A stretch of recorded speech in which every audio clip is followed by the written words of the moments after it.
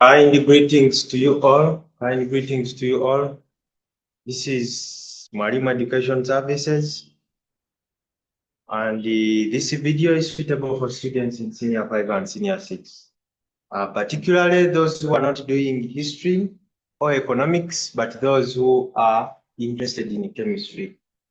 So kindly, if you are doing economics or history or geography, this is not your level. Navigate through the channel. You never know, I may be having some videos on mathematics, which you may make good use of. Now, another example is formation of dimerized aluminium chloride. Dimerized aluminium chloride has this formula. That is how it looks like. Dimerized aluminium chloride is aluminium chloride times 2. It is the same as, this is same as aluminium chloride times 2. Aluminium chloride twice.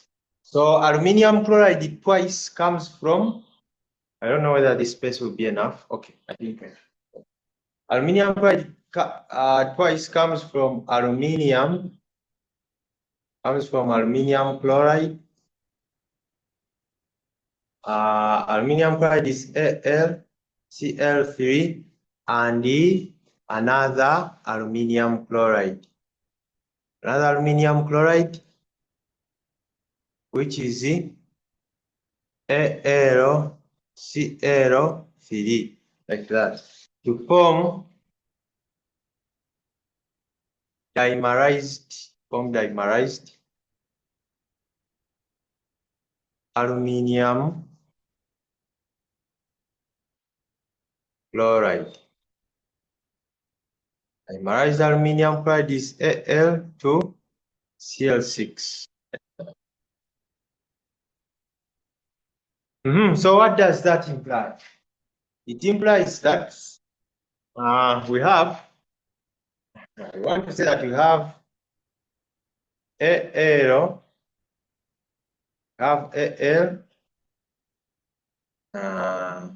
Cl3 combining with AlCl3. The question is, how are we going to form a dative bond? How are we going to form a dative bond between the two?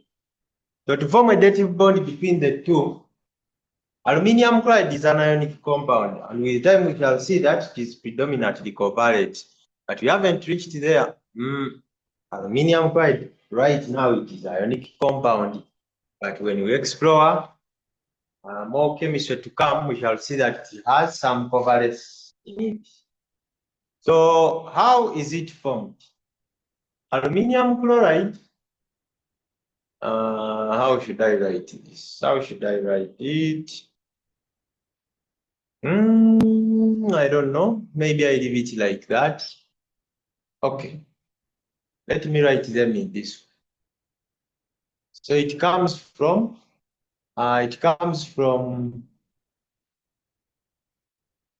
aluminium chloride, which is AlCl, Cl,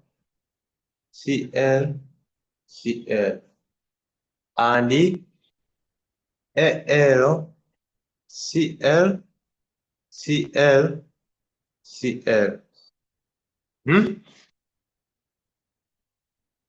Therefore, why am I writing it in this form? Maybe some of you have forgotten, but we saw this information in ionic bonding. We looked at it. Now, from ionic bonding, this is what we saw. We saw that aluminium, alternatively, one can also have this view.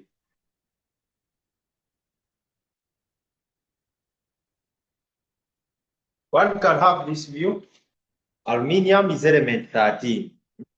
Aluminium is element 13, so it has the electrons in the outermost shell. So those are the 3 electrons in the outermost shell. Now I am bonding it with chlorine.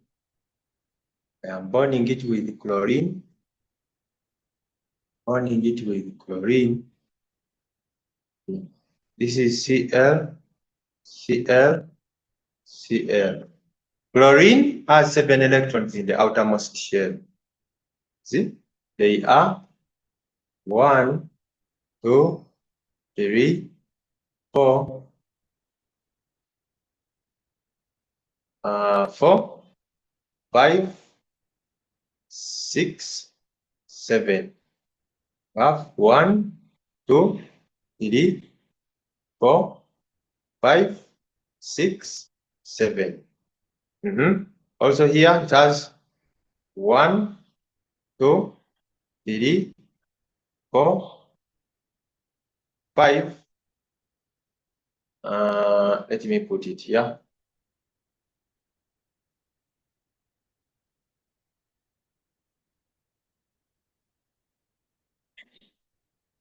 Sorry. We have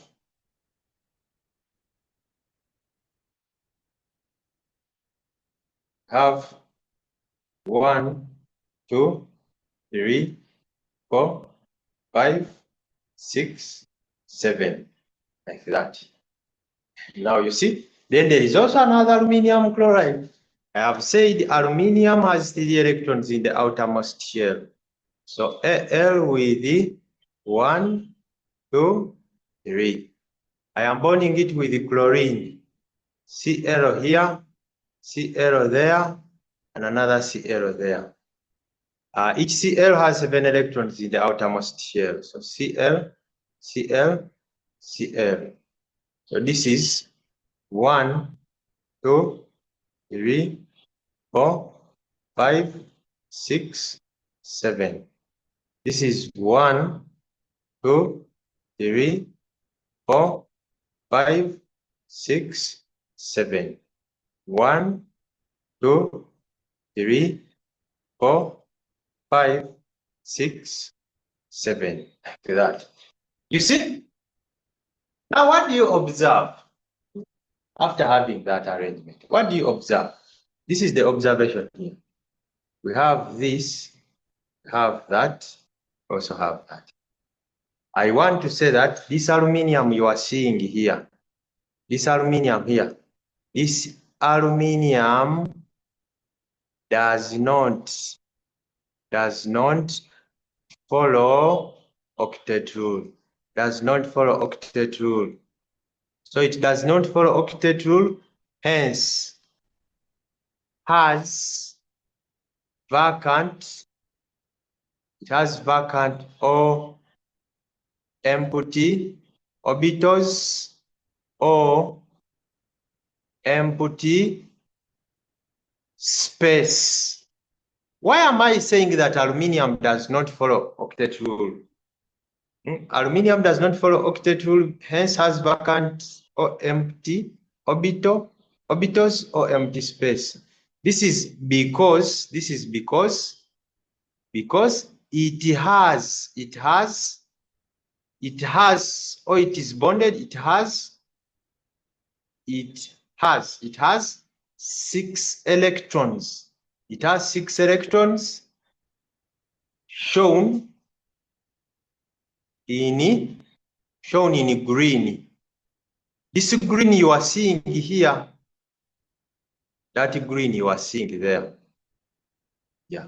Moreover, it has the empty orbitals you are seeing, the empty space. This is the empty space I am referring to. For that case, we are not having electrons that side. That's why it is empty. Also here, look at this also. See? You see? Those are how many? There are 6 electrons. So I want to say that also this aluminium does not follow or obey, does not follow octet rule. For the same reasons. Yeah.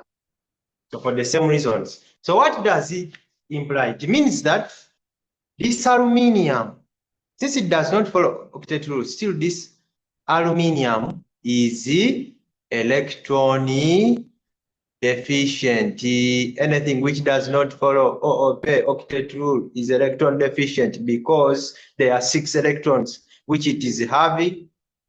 It is having 6 electrons. They are not 8, meaning that we still have 8.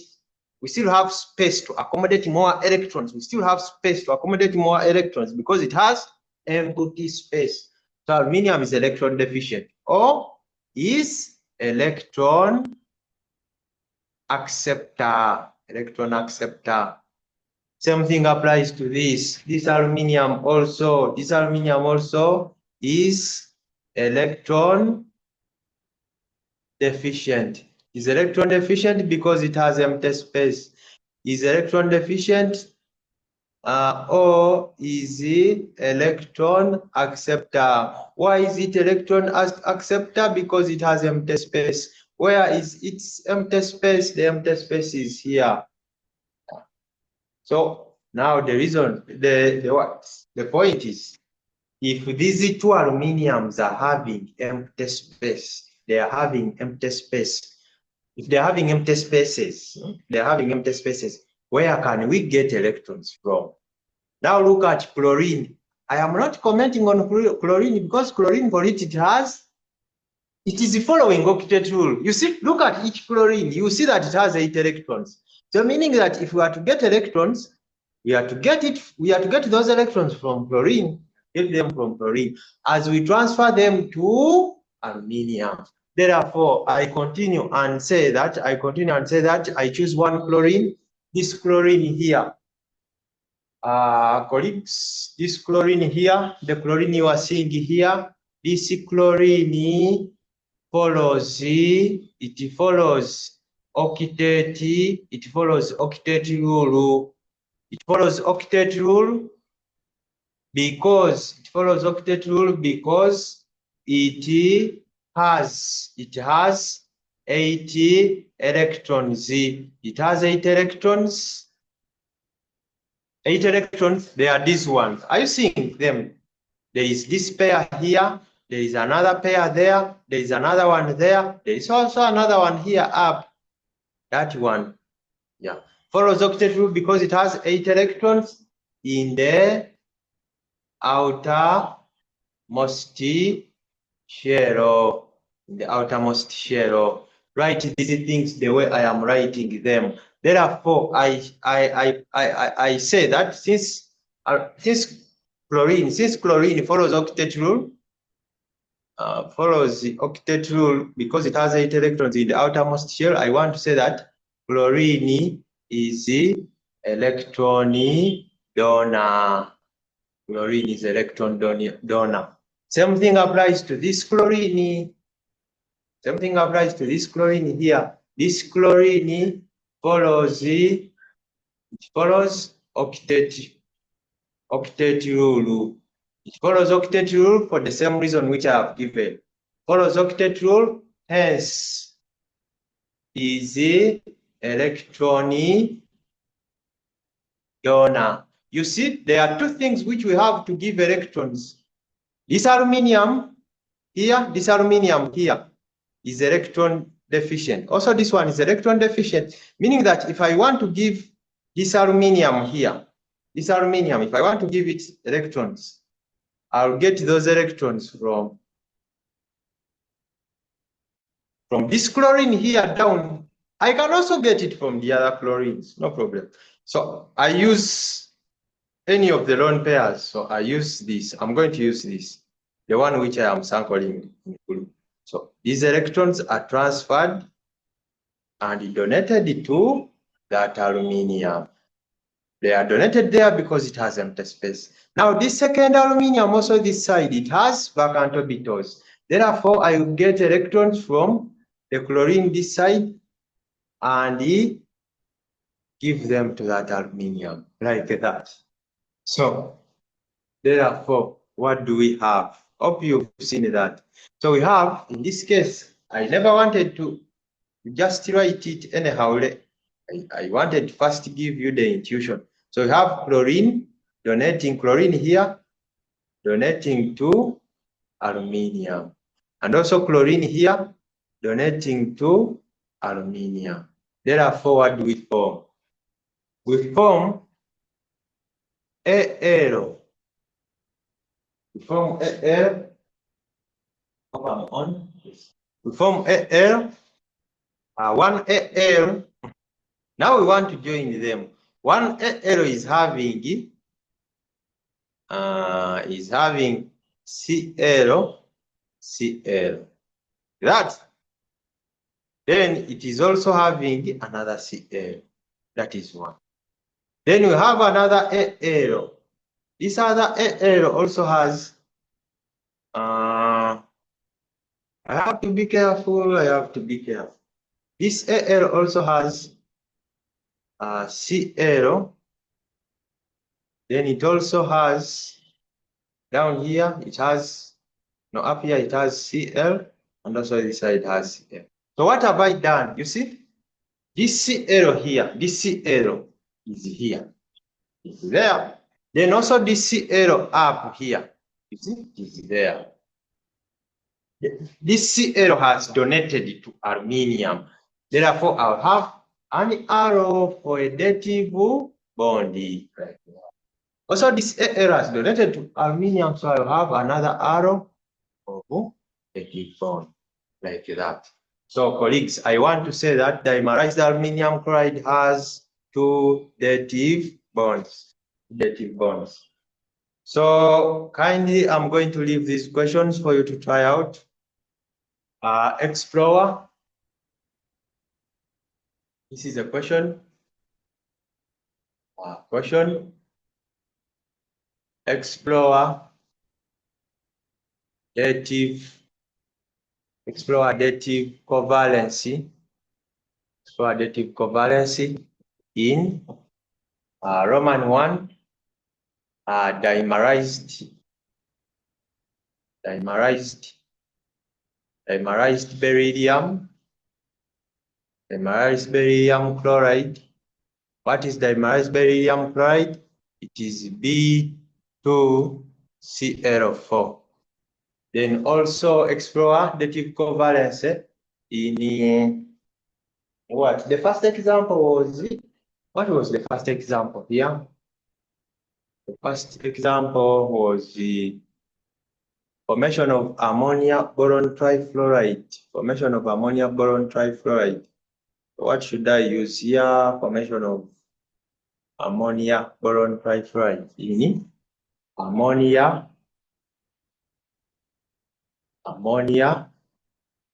aluminium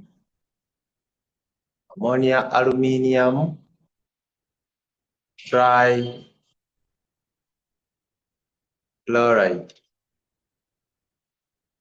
Ammonia aluminium trichloride is NH3 AlCl3. Colleagues, allow me to stop here. In our next session, kindly try out these questions. If you have any questions, you want my contacts for some questions still, you type in the chat. Type in the chat down there. So next time we are going to explore what? We are going to explore, there are 3 types of covalent bonds. So we have seen dative covalence. Our next section of exploration is going to be what? It's going to be normal covalent bond.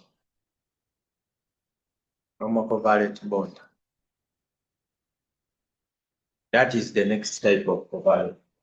So allow me, as of now, let me stop here.